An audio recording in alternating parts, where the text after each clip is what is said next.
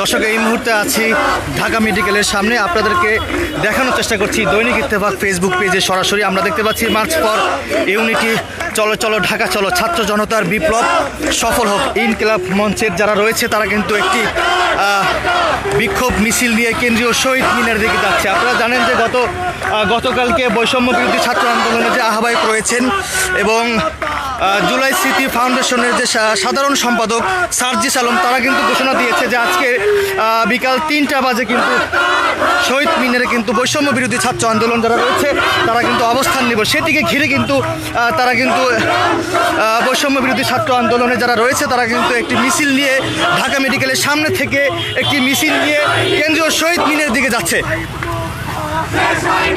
দর্শক, আজকে যে বৈষম্য বিরোধী ছাত্র আন্দোলনের যে অবস্থান কর্মসূচি, এই অবস্থান কর্মসূচিকে আপনারা কিভাবে দেখছেন সেটি কমেন্টে জানাতে পারেন।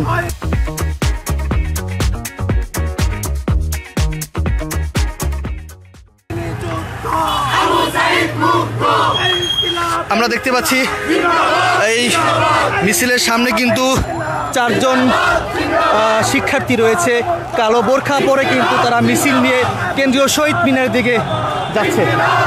এবং অন্যদিকে আমরা দেখতে পাচ্ছি দোয়েল চত্বর থেকে তারা একটি বড় একটি মিছিল নিয়ে কেন্দ্রীয় শহীদ মিনারের দিকে যাচ্ছে।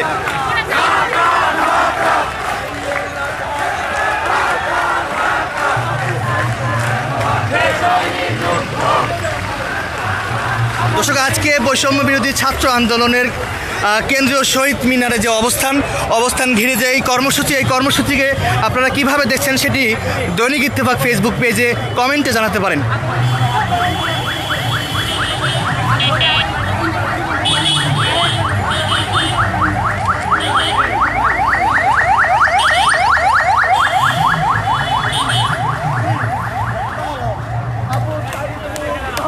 কি উদ্দেশ্যে আজকে এই কর্মসূচি?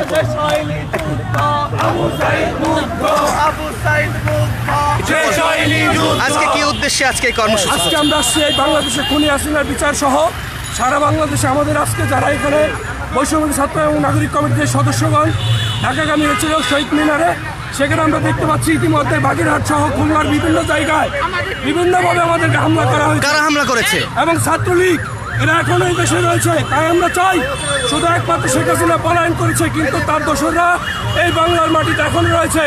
আমরা চাই তাদেরকে সারা জীবনের জন্য বাংলার মাটি থেকে ধ্বংস করে দেওয়ার জন্য, কারণ এই বাংলার 2000 শহীদদের বিনিময়ে নতুন করে উজ্জীবিত হয়েছে এবং সেই সাথে 50,000-এর অধিক আহত ভাই বোনদের উপরে সরকার দাঁড়িয়ে রয়েছে। তাই আমরা আজকে সরকারকে এখান থেকে কঠোরভাবে বার্তা দিতে চাই, এই বাংলার মাটিতে কোনো রকম সন্ত্রাসের ঠাঁই নাই।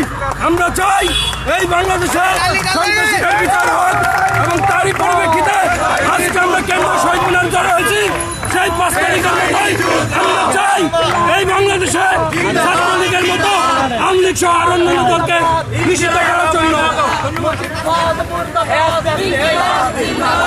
দর্শক, এই পাশে আমরা আরও একটি মিছিল দেখতে পাচ্ছি বগুড়া জেলায় জুলাই বিপ্লবের আহত যোদ্ধা যারা রয়েছে আসলে তারা কিন্তু একটি মিছিল নিয়ে কেন্দ্রীয় শহীদ মিনারের দিকে যাচ্ছে। দর্শক, দেখতে পাচ্ছেন জুলাই বিপ্লবের ঘোষণাপত্র পাঠ, সেটিকে ঘিরে কিন্তু আজকে ঢাকার বিভিন্ন জায়গা থেকে বৈষম্য বিরোধী ছাত্র আন্দোলন যারা রয়েছে তারা খণ্ড খণ্ড মিছিল দিয়ে কেন্দ্রীয় শহীদ মিনারের দিকে যাচ্ছে। এমনটি কিন্তু দৈনিক ইত্তেফাক ফেসবুক পেজে সরাসরি আপনাদেরকে দেখানোর চেষ্টা করছি।